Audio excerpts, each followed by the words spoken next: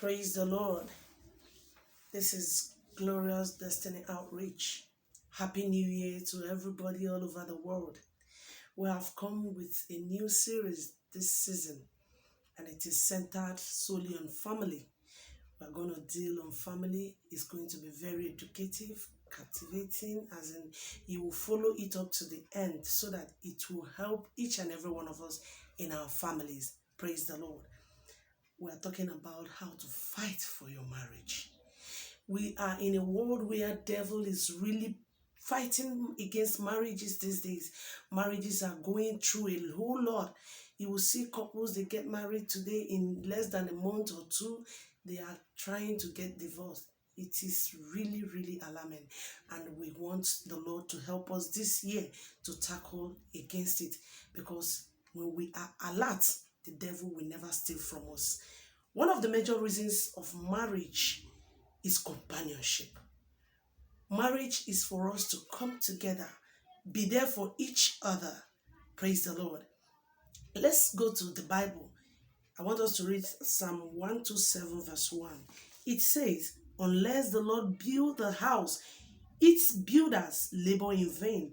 Unless the Lord watches over the city, the watchmen stand guard in vain. Praise the Lord.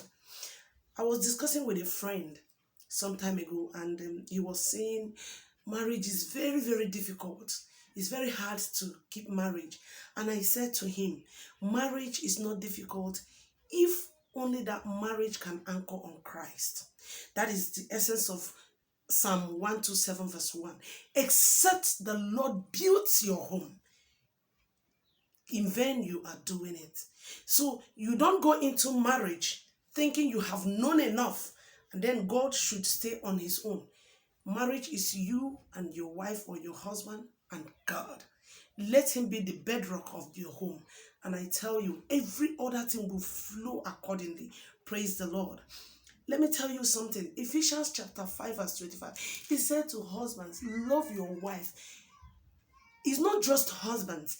This thing should flow mutually. Are you getting me? If the love is one-sided, it will fall apart. He said, even as Christ loved the church. You know how Christ loved the church? What did he do? He gave his life to the church, to Christians, to we believers, to you and I, So what are we talking about? Someone asked me, can marriage be perfect? The answer is no. Just like no human being is perfect, no marriage is perfect. But the thing is, if both of you can find a level ground where both of you, Bible said that they were both naked and were not ashamed, where two of you can come together and align. You align in everything. Open up yourself for your spouse. Be open to each other. Don't keep secret. Don't keep one.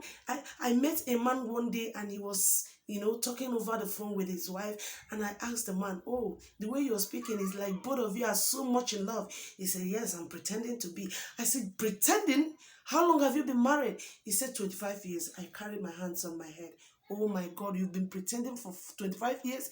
He said, yes, that is what the women want to hear, and you give it to them. I say, for you to say that is to say you have extramarital affair. He said, every man does.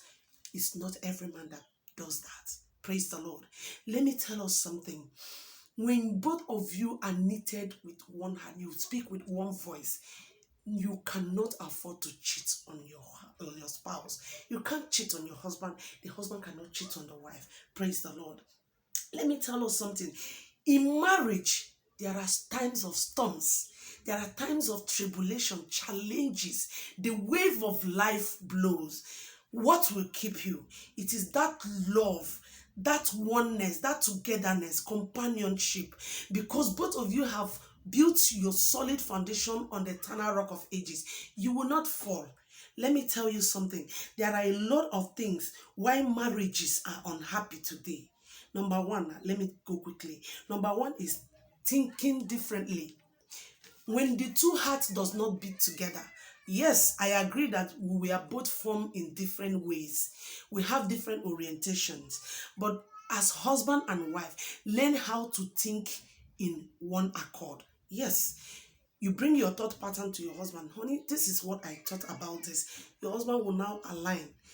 You bring your thought pattern to your wife. Your wife will now see reasons. Both of you will align and things will work smoothly. But when you're thinking A, the man is thinking B, the man is thinking C, you're thinking D, it will not work. Praise the Lord. The next one is indifference in feelings. He doesn't understand my feelings. I don't understand his feelings. Both of you should learn how to understand each other's feelings. When he feels this way, understand the mood of who you're dealing with. If you know your husband's mood, you know that right now is not the right time. I see some men, they will come back from work. When their wife has set table for them to eat, that is when you bring a heavy load of problem and start telling the man when he is still eating. Allow the man to finish eating before you start tabling the challenges. Praise the Lord. You will really make the man to lose his appetite. Praise the Lord. Honestly, these are the things. Oh, he don't understand my mood. He just came back from work. And allow the man shower. Allow the woman rest. And before you now start telling him one or two things that you know that can piss him off. Praise the Lord. Now, the next one is hurtful words. Hey, this one has a very bad impact in marriages.